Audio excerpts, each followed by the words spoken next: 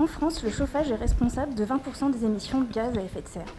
Suite à l'accord de Paris, des mesures ont été prises afin d'atteindre la neutralité carbone d'ici 2050. Concernant le chauffage, il s'agit de durcir la réglementation pour les bâtiments neufs, rénover massivement et installer des pompes à chaleur électriques. Le problème, c'est qu'actuellement, le chauffage électrique est carboné. Cela s'explique facilement. La pointe de consommation qui survient les journées froides d'hiver correspond à 3 fois la consommation minimale. Et pour répondre à cette pointe hivernale, on fait tourner des moyens de production carbonés. Et si la solution était un beau mariage entre chauffage électrique et chauffage au gaz?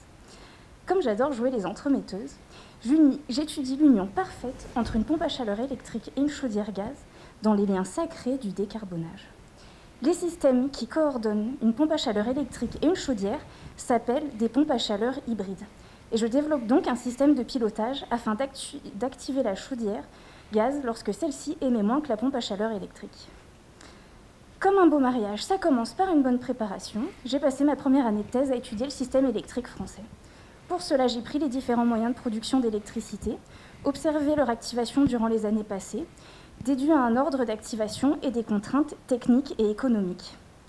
Ce modèle me permet de déterminer, par intervalle de 30 minutes, quelle centrale alimenterait des pompes à chaleur électrique supplémentaires en fonction du niveau de consommation et de la disponibilité du parc de production. Verdict. Pour l'exercice 2018, durant un quart du temps de chauffe, la chaudière gaz émet moins que la pompe à chaleur électrique. Le reste du temps, c'est l'inverse. On peut donc le dire, les pompes à chaleur hybrides peuvent diminuer les émissions de gaz à effet de serre du chauffage.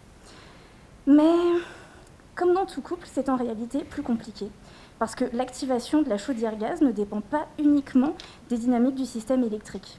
Elle dépend aussi du besoin de chauffage et des contraintes techniques du système de chauffage. Pour prendre tout cela en compte, je vais développer des modèles de bâtiments et de pompes à chaleur hybrides. Oui, mais comment? Pour plus d'efficacité, les pompes à chaleur hybrides seraient regroupées et activées automatiquement de manière coordonnée en fonction du besoin de chauffage. Grâce à l'intelligence artificielle, je vais développer un modèle qui prédira pour les 2 jours à venir le besoin de chauffage en fonction des prévisions météorologiques, du type de bâtiment et de données historiques. J'aurai alors démontré l'intérêt et la faisabilité de tels systèmes. Bien sûr, il faudra s'assurer que le couple résistera au temps et aura un impact positif durant toute sa durée de vie, soit 15 ans, et dans le contexte d'un mix électrique futur toujours moins carboné.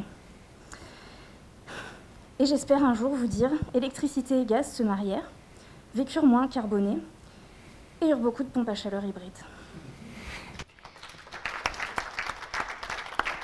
Merci beaucoup, Marie.